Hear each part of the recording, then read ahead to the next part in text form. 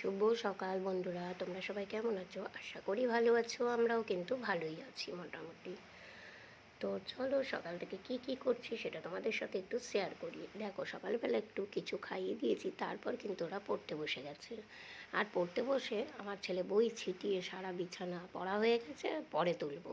দেখো কি করছে, এই দেখো এখনকার দিনে যেটা মানে আর কি। আর এ তো পড়তে বসে, আর দেখো পরীক্ষা সব কী করবে, একটু নাচ মানে গান করছে, একটু শুয়ে পড়ছে, একটু পড়ছে আর কি।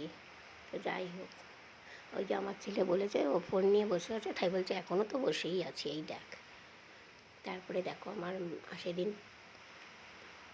এটা অনেক দিন আগেরই ভিডিও, তো সেদিন অনেক গাছে ফুল হয়েছিল, ফুলগুলো তুলে ঠাকুরের সামনে আমি দিয়ে রেখেছি। এই দেখো আমার গাছগুলো কত সুন্দর সতেজ হয়ে গেছে, বৃষ্টির জল পড়ে সুন্দর হয়ে গেছে।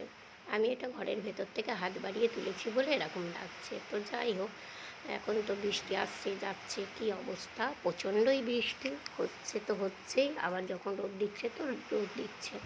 আমার বারান্দা থেকে বাইরের ভিউটা কিন্তু খুবই সুন্দর লাগে, দেখতেই পাচ্ছ কত সুন্দর ভিউটা। এক্ষুনি একটা ট্রেন হয়তো চলে আসবে, দেখো আমি সেই অপেক্ষাই করছি।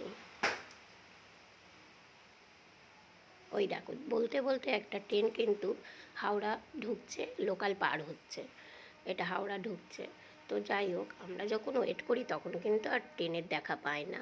তারপর আমি যখন ঘরে থাকি, ঘর থেকে কত না ট্রেন যায়, তখন খুব রাগ হয় যে যখন আমি ওখানে গিয়ে অপেক্ষা করি তখন কিন্তু কোনো ট্রেনই দেখতে পাই না। এই দেখো কত কাচবো আমি, এক গাদা আমি জড়ো করে রেখেছিলাম, এই এবার কাচতে বসবো। তারপরে তো ঘর দুয়ার একটু পরিষ্কার হালকা হালকা করে করে নিলাম, দেখতেই পাচ্ছ সাধারণভাবে অত গুছোতে পারিনি, মোটামুটি করেছি। তো তোমরা কিছু মনে করো না, একটু অগোছালো আমার ঘর থাকে, একা হাতে করতে হয় তো পেরে উঠি না। তারপরে তো দেখো আজকে আমি একটু পরোটা, আলুর তরকারি এইসব রান্না করব। ভাত আজকে খাবো না, এইগুলো এক আধ দিন এরকম হয়, আমাদের ভাত সবসময় ভালো লাগে না। দেখ, ওই ভাত করলে তো অনেক রকম কিছু না কিছু রান্না করতে হয়, এক রকম দিয়ে তো খাওয়া যায় না। তাই জন্য কী করি, এক এক দিন রাতের দিকে ভাত করি, একটু সেদ্ধ ভাত হলেও কিন্তু ঘি দিয়ে আলু ভাতে দিয়ে খাওয়া হয়ে যায়, একটু ফেনা ফেনা।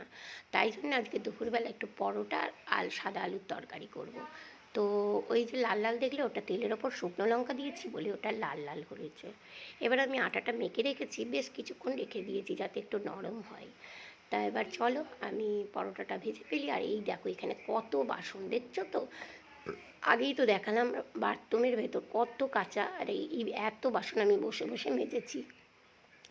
আগের দিন শরীরটা আমার ভালো লাগছিল না, তাই জন্য পরের দিনকে জ্বর হয়ে গেছিলো, বাসনগুলো আগে মেজে নিলাম।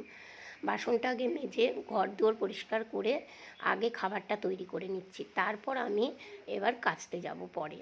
কাচাটা একটু পরে হলেও হবে, কিন্তু আগে তো এই দিকের কাজটা করতে হবে। দেখো অবশেষে কিন্তু আমার আলুর তরকারি কমপ্লিট, আলুর তরকারি পরোটা সবই আমার মানে মোটামুটি রেডি হয়ে গেছে, এখনও বাটিতে ঢালিনি। দেখে কিন্তু এরম লাগছে, খেতে কিন্তু ভালোই হয়েছে।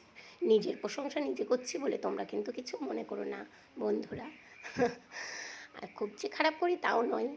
তো কোনো দিন যদি সৌভাগ্য হয় তোমাদের সবাইকেই একদিন করে আমি ডাকবো, সবাই আসবে আমার বাড়ি, এটাই তো থাকবে, আর কি থাকবে জীবনে।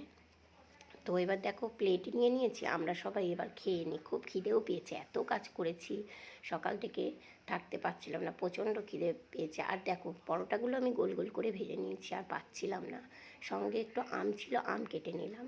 তো পরোটা, আম, এবার মিষ্টি আছে, কেউ আর দুপুরে মিষ্টিটা খেতে চাইছে না, একটু লবণ রেখে দিলাম সঙ্গে, যদি কারোর লাগে, তরকারিতে অনেক সময় একটু লবণ অনেকের প্রয়োজন হয়, তো বিশেষ করে আমার মেয়ের, তো ছেলেরও হয়, তো খাই তো খাবে নেবে।